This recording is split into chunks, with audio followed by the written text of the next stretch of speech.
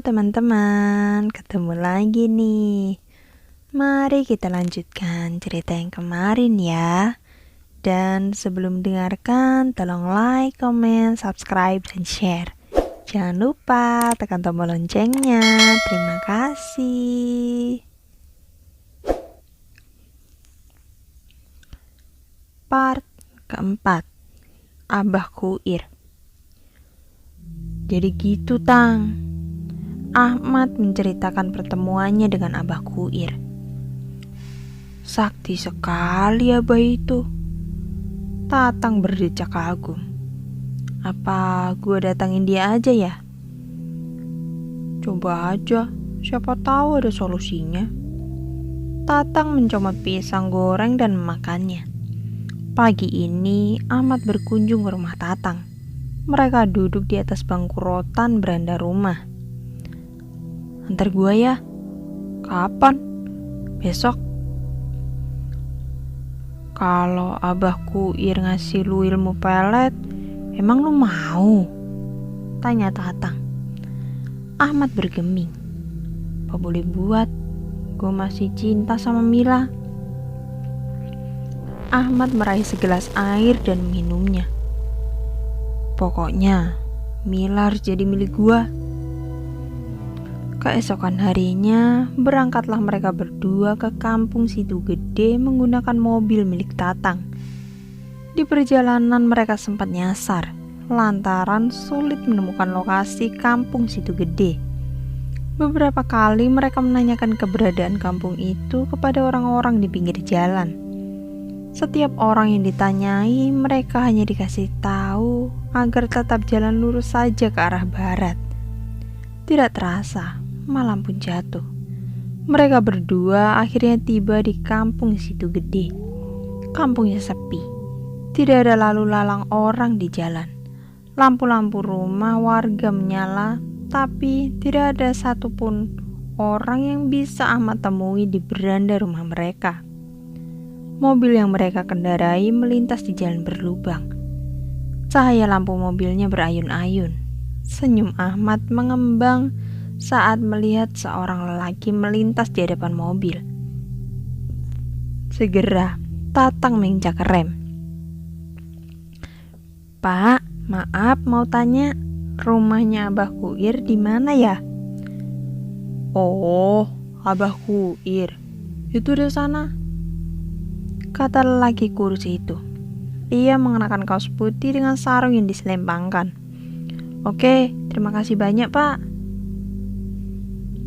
Mereka melihat sebuah rumah panggung yang disinari lampu 5 watt. Seekor anjing yang sedang tertidur pulas di kolong rumah terbangun mendengar kedatangan mereka. Seketika anjing itu menggonggong lantaran bertemu dengan orang asing. Ahmad dan Tatang keluar dari mobil. Mereka kemudian berjalan kaki menuju rumah Abah Kuir. Permisi, Bah. Ahmad mengetuk pintu. Tanpa diduga-duga, yang membukakan pintu adalah seorang wanita muda yang mengenakan baju kebaya. Rambutnya dikonde, tubuhnya gemulai, wajahnya cantik oriental seperti wajah wanita Korea. Mohon maaf, malam-malam mengganggu. Kami mau tanya, apakah ini rumahnya Abah? Tatang berpikir, mengingat-ingat nama orang sakti itu. Kuir, Mbak. Abah Kuir, potong Ahmad. Oh, Abah, sebentar ya, kata wanita cantik itu. Ia kemudian masuk ke dalam sebuah kamar. Kamar itu tidak ada daun pintunya, hanya ditutupi sebuah kain putih. Sesaat kemudian Abah Kuir muncul dari dalam kamar. Ia melayangkan senyum pada Ahmad dan Tatang. Walah, kamu yang dibus ya? Abah Kuir menyuruh mereka untuk masuk. Penampilan Abah Kuir sangat sederhana. Ia mengenakan kaos partai yang sudah lusuh dan kain sarung yang ujungnya melinting saking usangnya.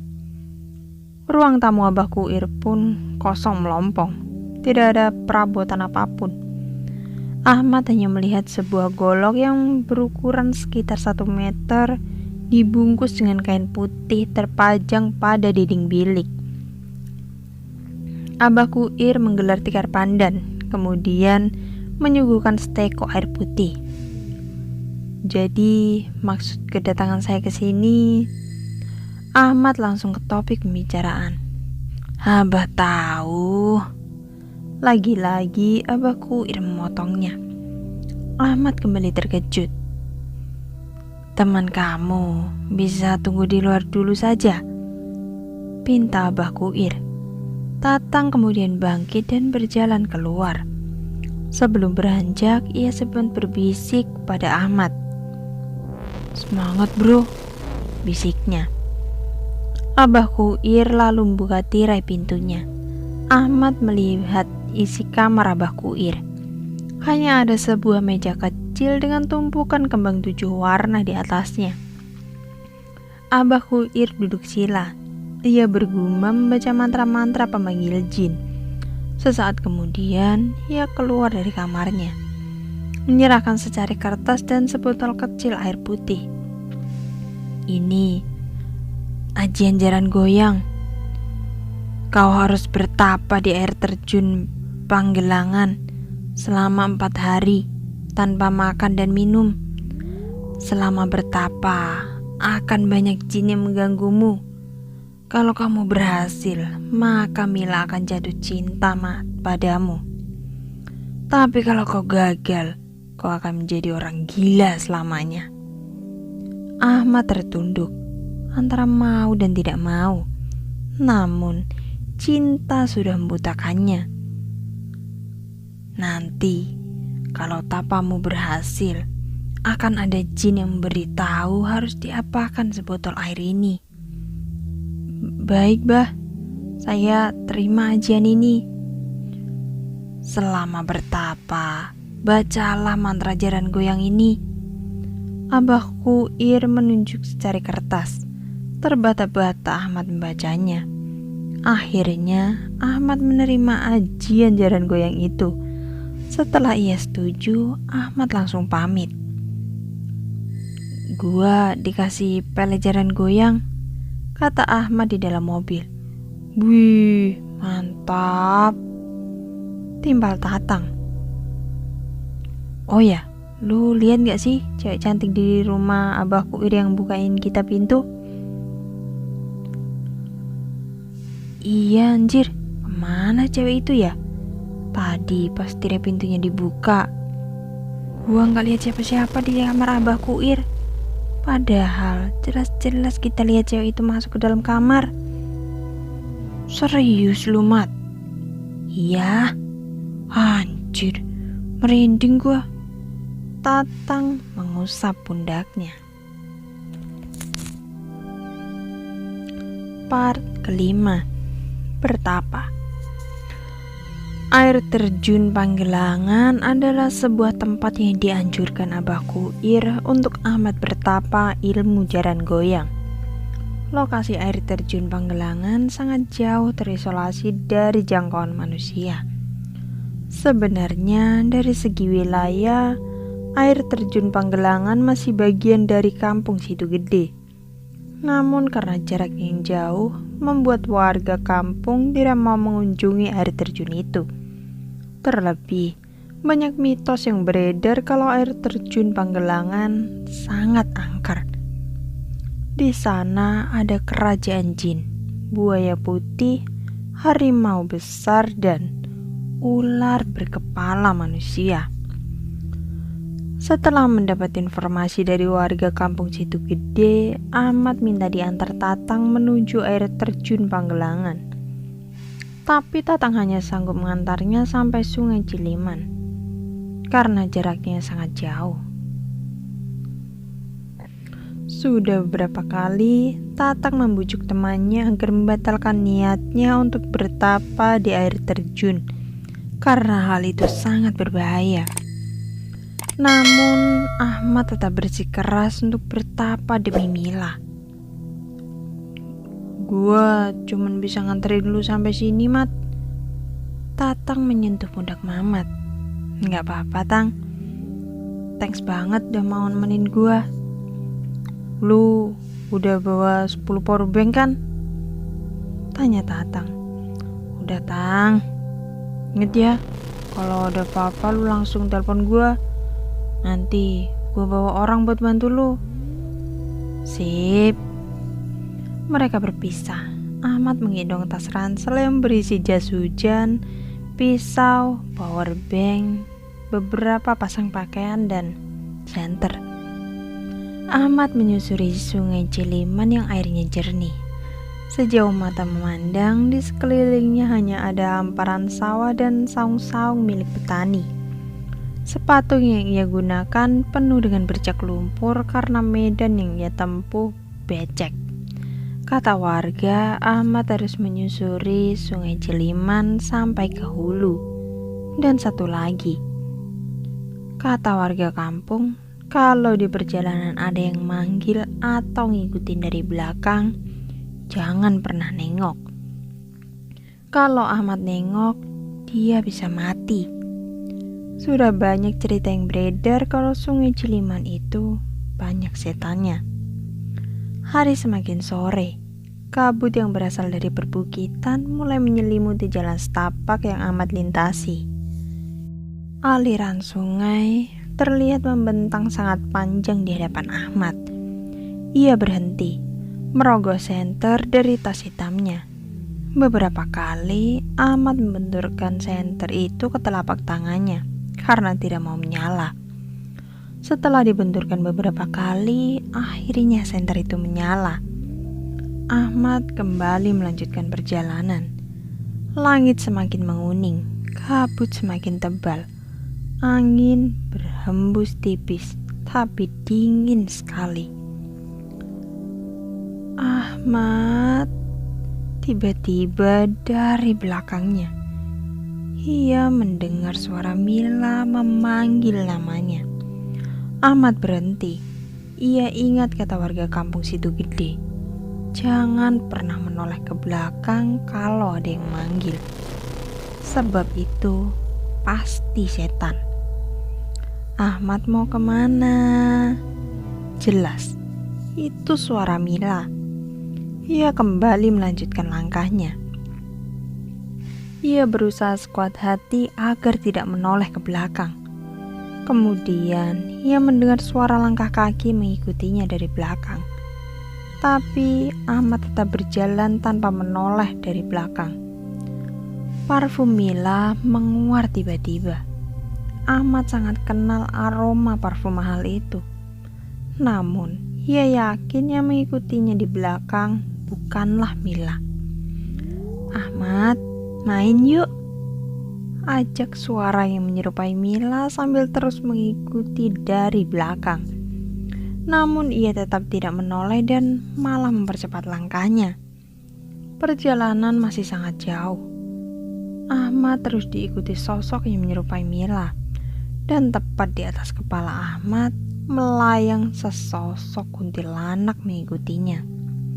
Ahmad tahu itu, tapi pandangannya tetap lurus ke depan.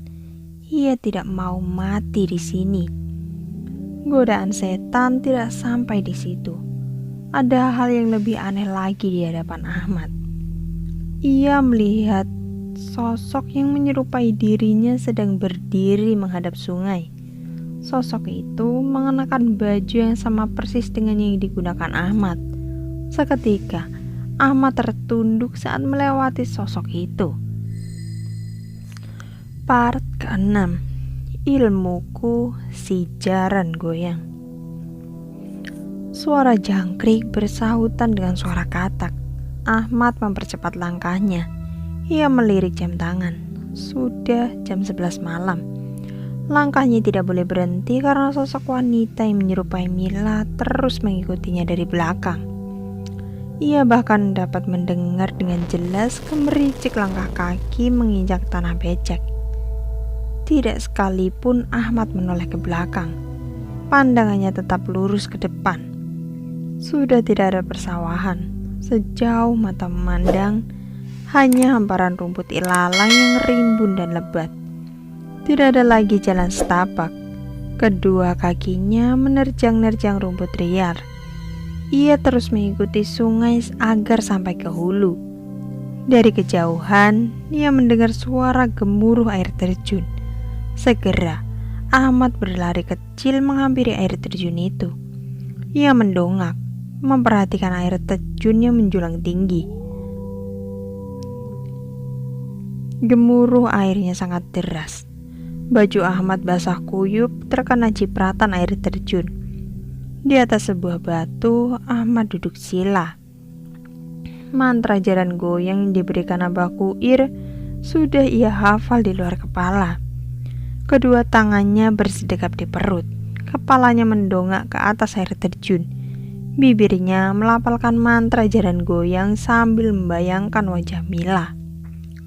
Sepanjang hari, sepanjang malam, Ahmad bertapa tanpa minum dan makan di bawah air terjun itu.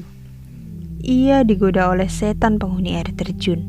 Terkadang selama bertapa ada yang meniup kupingnya, ada yang memanggil namanya. Suara itu mirip Tatang. Dan terkadang ada juga yang mirip dengan Mila. Tapi Ahmad tahan dari godaan itu. Ia tetap fokus merapalkan mantra jaran goyang sambil membayangkan wajah pujaannya. Hingga tepat di hari terakhir Ahmad bertapa, ia membuka matanya. Seorang wanita berparas amat cantik mengenakan pakaian adat Bali muncul dari balik air terjun. "Pulanglah, tapamu kuterima," kata wanita itu sambil tersenyum. "Apa yang harus aku lakukan, Nyai?" Tubuh Ahmad semakin kurus karena bertapa selama 4 hari tanpa makan dan minum. Badannya lemas. Kedua matanya sayu. Suaranya serak. Taburkan air yang diberikan Abah Kuir di belakang rumah Mila. Lalu baca mantra jaran goyang. Tiupkan ke rumahnya. Ahmad tertunduk. Ia memperlihatkan rasa hormat yang amat tinggi pada sosok gaib di hadapannya. "Baik, terima kasih, Nyai." Kemudian wanita itu menghilang kembali. Pertapanya sudah selesai. Sekarang Ahmad sangat lapar dan haus. Bergegas, ia lompat dari atas batu, menceburkan diri ke dalam air. Ia minum air sepuasnya. Malam itu, Mila duduk di tepi tempat tidurnya. Ia sedang memilih-milih gaun untuk pernikahannya yang akan digelar sebentar lagi. Buku katalog gaun pernikahan ia amati lembar demi lembar. Sesekali bibirnya yang tipis tersenyum, kagum melihat gaun yang mewah dan indah. Beberapa saat kemudian, smartphone-nya berbunyi. Ternyata dari Agus, calon suaminya. "Iya sayang," sapa Mila. "Gimana? Udah ketemu gaun yang kamu suka?" "Belum, aku bingung milihnya. Semuanya bagus banget." "Kamu emangnya suka warna apa?" tanya Agus. Mila kembali membuka lembaran katalog gaun. Biru sih," jawab Mila. "Itu bagus juga, cocok sama kamu." Saat Mila sedang membuka lembaran katalog, sontak saja punggungnya seperti ada yang menendang dari belakang. Tubuhnya terpental ke lantai. Ia tidak bisa teriak saking sesaknya. Hantaman dari punggungnya sangat terasa sampai ke dada. Ia tidak tahu apa yang terjadi kepadanya. Ingin berteriak minta tolong, tapi lidahnya keluh. Tidak sepatah kata pun dapat ia ucapan. Sementara itu, di belakang rumah Mila, Ahmad sudah menaburkan air pemberian Abah Kuir. Bibirnya bergetar melafalkan mantra jaran goyang. "Turu ing meneng, ayo turulan, ojo siyogo nganti sampean tresno karo aku. Iblis nderek sampean lan jogo atimu kanggo aku. Iki ilmuku si jaran goyang." Ahmad meniupkannya ke arah rumah Mila. Seketika Mila berteriak kesakitan. Matanya melotot ke atas. Kedua tangannya memegangi leher seolah sedang tercekik sesuatu. Kakinya bergerak-gerak tidak karuan. Suara Agus di handphone terdengar panik memanggil-manggil Mila. Saat kedua orang tuanya menghampiri Mila dengan sangat panik, wanita cantik itu sudah pingsan. Tubuhnya lunglai seperti habis disiksa. Oke teman-teman, sampai di sini dulu ya ceritanya. Dan terima kasih untuk teman-teman yang sudah setia mendengarkan. Nantikan kelanjutan ceritanya hanya di Dongeng Seram.